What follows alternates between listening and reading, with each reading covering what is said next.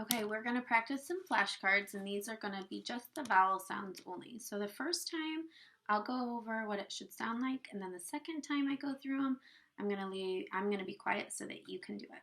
Okay? So this one is A, apple,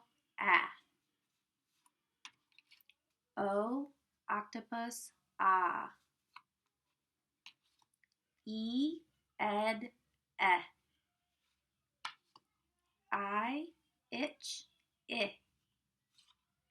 U, up, Okay, this time I'm going to shuffle them up. And this time I want you to do it at home. E, ed, U, up, A, apple, O, octopus, I, itch, Good job.